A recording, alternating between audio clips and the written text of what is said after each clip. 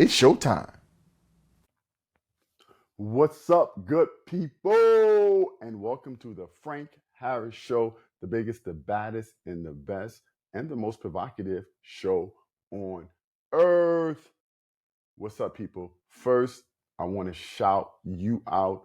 We have officially reached 30,000 channel subscribers. We keep climbing, baby. We over 30, so we're very happy about that. And I feel like we're going to keep going. Next is 100, next is a million, next is 10 million, and we're going to keep going. So shout out to all you guys for showing the love and getting us there. Now, if you know me, you know I love tennis. I'm going to start talking more about tennis on the show. Okay, we in the middle of not in the middle, we're toward the end of the Wimbledon championships.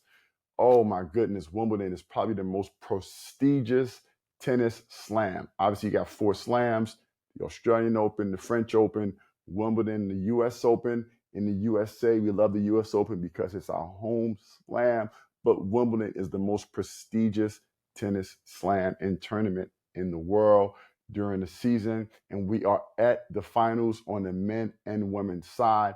In the semis on the men's side, we had Medvedev, tough player from Russia, prickly, talented as can be, tremendous on defense, plays way behind the baseline, gets to everything, moves really well for a guy 6'5", 6'6", incredibly talented. He was playing in the semis against the great young Spaniard, Carlos Alcaraz, continuing the line of great Spanish players. We had Nadal, as we know. Nadal was a great tennis champion for many years. The best clay court player ever. What he did at the French Open, phenomenal. We'll get into that at some point. But anyway, Alcaraz is in the next in the line of great Spanish players. Alcaraz played Medvedev in one side of the semis. Alcaraz won, the great Alcaraz, 21, very talented, defending Wimbledon champ. On the other side of the bracket, you had the great, the GOAT, the greatest to ever do it, Djokovic. Oh my goodness, Djokovic is the great tennis. Novak Djokovic, the great to ever do it. Djokovic versus Musetti, great Italian young talent, and one of the last few great players with the one-hand backhand, which is my favorite shot in tennis. But so many players now are opting for the two-hand backhand because it's a bit safer, right? And it's better for your return game, man. But I love the one-hand backhand, so I hope Musetti can continue to elevate and play well. So young players will play with the one-hand backhand. Obviously, Musetti plays with it, and another really good player with the one-e is the great Tsitsipas, great Greek player, very talented as well. But anyway, Musetti lost to Djokovic. Djokovic wins. Beat him pretty easily, right? Beat him in 3 sets, straight sets. So now we got Alcaraz, Djokovic in the finals. Alcaraz, Djokovic in the finals. Who do you have? Actually, a rematch from last year's Wimbledon final. Last year, you had Alcaraz, Djokovic, and Alcaraz won. I think that was Alcaraz's first Wimbledon title, beat Djokovic in the finals last year. By the way, it's a miracle that Djokovic is even playing. I believe he had surgery like 25 days ago on his meniscus, or 25 days before the tournament. He tore his meniscus in the French Open, had to pull out, and then he had surgery. And 25 days later, he's playing at Wimbledon. So I think it was 25 days before Wimbledon started. 25 days later, he's playing at Wimbledon, and he's in the finals, a tournament that he's historically been very, very good at. And so, who you got? I personally think the great Alcaraz is going to win. I think Alcaraz is so good all over the court, right? He's so good on defense and on offense, and he's going to hit a lot of drop shots with Djokovic with those knees, right? May struggle to get to. He's just so dynamic. Alcaraz is so good. Alcaraz is the next wave of greatness, okay? Djokovic was a part of maybe the best big three ever. Djokovic, the great Djokovic, the villain, the bad guy that everybody always loved to hate, okay, against probably the two classiest tennis players ever, classiest, who everybody loved.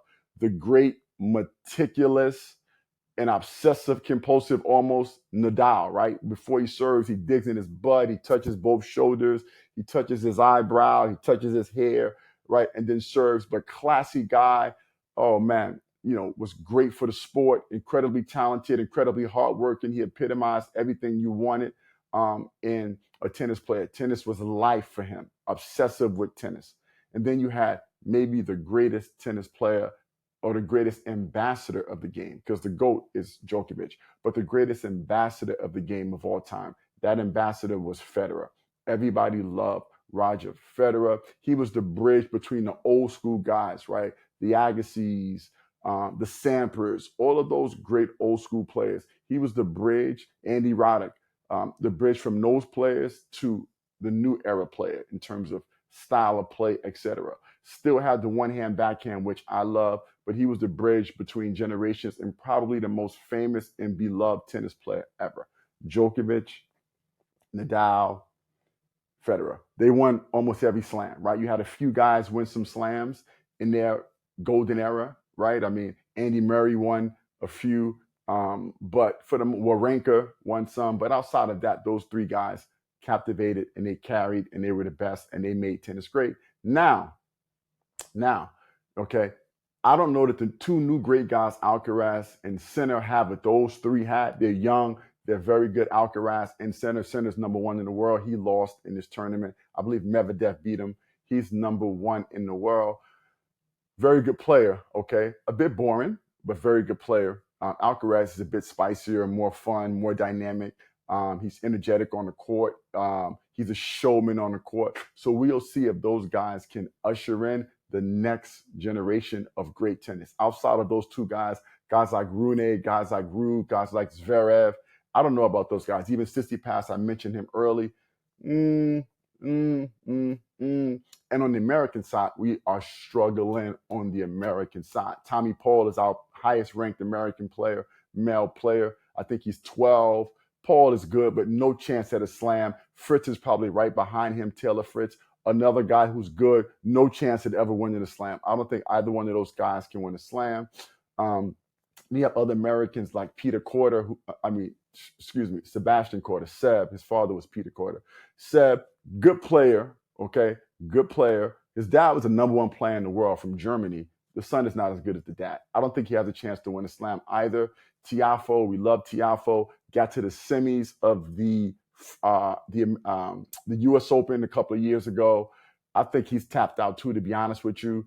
And then we have Ben Shelton, big lefty, big serve. I think he had the fastest serve at Wimbledon ever this year. I think he served a 153 ball, which is crazy.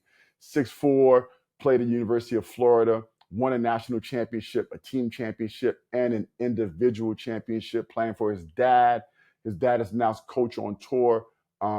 Great forehand, strong, big, great serve. Got to work on that backhand and the mentality and the temperament to be a champion. But we need the American tennis game to elevate. And by the way, I need to mention this, okay? We need a Black American champion. We haven't had a Black male win a slam since Arthur Ashe won Wimbledon. I think it was in 77, okay? And so it would be amazing, right, for Black America, for Black people who love tennis, and just for Black athletics in general, if we had a Black slam champion at some point. It would change the trajectory, right, of tennis in inner city communities and tennis in general, as we saw what happened on the women's side when Serena and Venus won slams. When they won slams, okay, they opened up the door for a whole slew of really good female tennis players who came behind them and was great. Osaka is one of the more noted ones. Osaka at one point was the highest paid female athlete ever. I believe she was making $35 million a year. But it's not just Osaka. Osaka was great, but Sloane Stephens was really good. She had a really good run. Coco Gauff today, right, who on the women's side is proven to be formidable and doing very well. Madison Keys is another female player who has done a really good job in her career and has played really well. But, tennis became a really viable option because a lot of these young Black girls and parents saw that, Blacks could have success in the sport with what Serena and Venus did. And so it'd be great if a Black male, right, elevated the sport for black men. And then, in inner cities, and not just inner cities, but black people around the country will then gravitate to and play more tennis. Now, be interested. Now, as I touched upon the women's side, I think the women are in a bit of a bind too. I don't know if there's a great women's tennis player as it relates to branding, etc. Okay, Swiatek, number one women's tennis player in the world. She's a phenomenal player, but very introverted, shy, just about the tennis, no personality. Young Polish player, but incredibly talented, very good. Will win a lot of slams, but I'm not sure that she's the personality to carry the sport. We got Coco Gauff, who's my favorite. I love her because I love what she stands for. She's young, she's smart, she brings you great energy. She has a great smile. She's articulate. She approaches it the right way. She works hard. But again, I don't know if Coco has that same super stardom that some of the previous tennis, when you go back to Chrissy Everett Lloyd, right? Chrissy, and then she obviously had Navratilova. That was a great rivalry, but those ladies were significant, right? In carrying the sport, making it more mainstream. Then you had the Williams sisters, Serena and Venus. Osaka carried it for a while.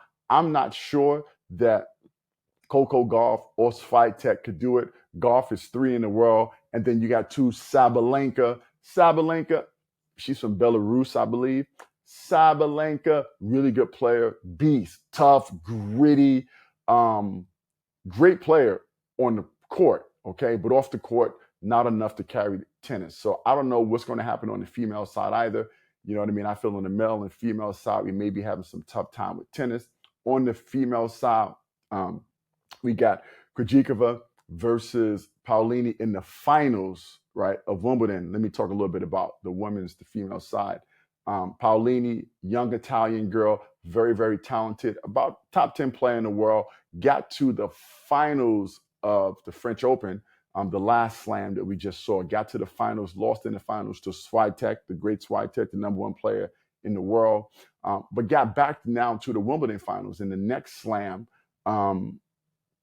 she beat Vekic, who's an okay player. This Wimbledon lacked a lot of the firepower because the big name players lost earlier, right? Swiatek lost, Coco lost, and Sabalenka was hurt, so she pulled out. So our semifinals was kind of weak, right? I mean, Paulini beats Vekic, and then you have Rybakina versus Krejcikova. Krejcikova wins. Rybakina, good young player, boring again, but good young player.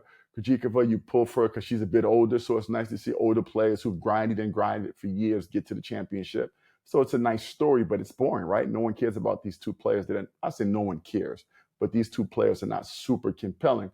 Of the two, I think Paulini is the more compelling. She's small, she's short, she's feisty, she's energetic. And so I think she's more compelling. And I think, look, she just lost the last slam, okay? She got close. I think she'll win this slam. So I'm going Paulini winning. A three-setter. I got Paulini winning the 3 sets. On the women's side, it's best 2 out of 3.